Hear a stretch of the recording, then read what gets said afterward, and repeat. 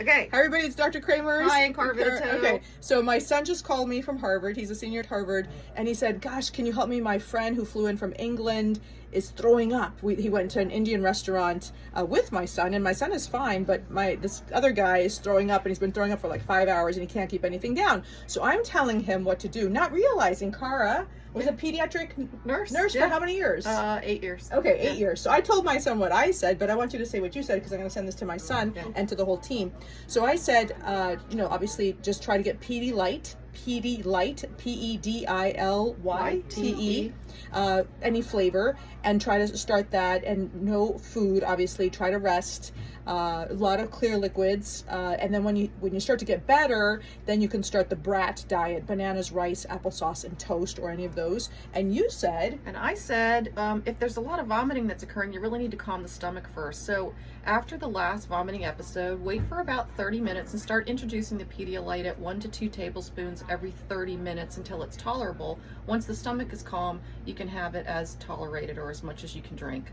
And then you agree with the brat diet? Brat diet is fantastic, but I do prefer white toast because it's not processed and it doesn't have any grains in it. Oh, good, because it's less difficult. Although I do prefer non-white bread. Yes, mostly. In general, of course, but for the brat diet, for the brat diet, scenario, for the stomach. Exactly. Anything else? How about baking soda? Yeah, Would you say that? You would do that? When?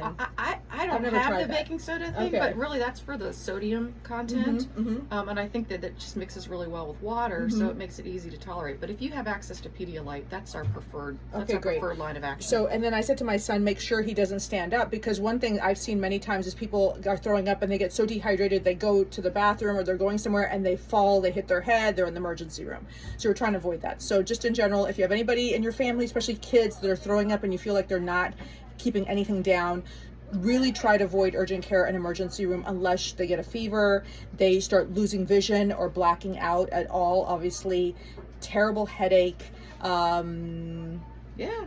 turning blue would be bad, of course, so be careful, so just be aware of those things. But in my house, my son said to me, when I said to him, well, you should go to urgent care, he's like, you would never tell me to go to urgent care. And he's like, yeah, he's right.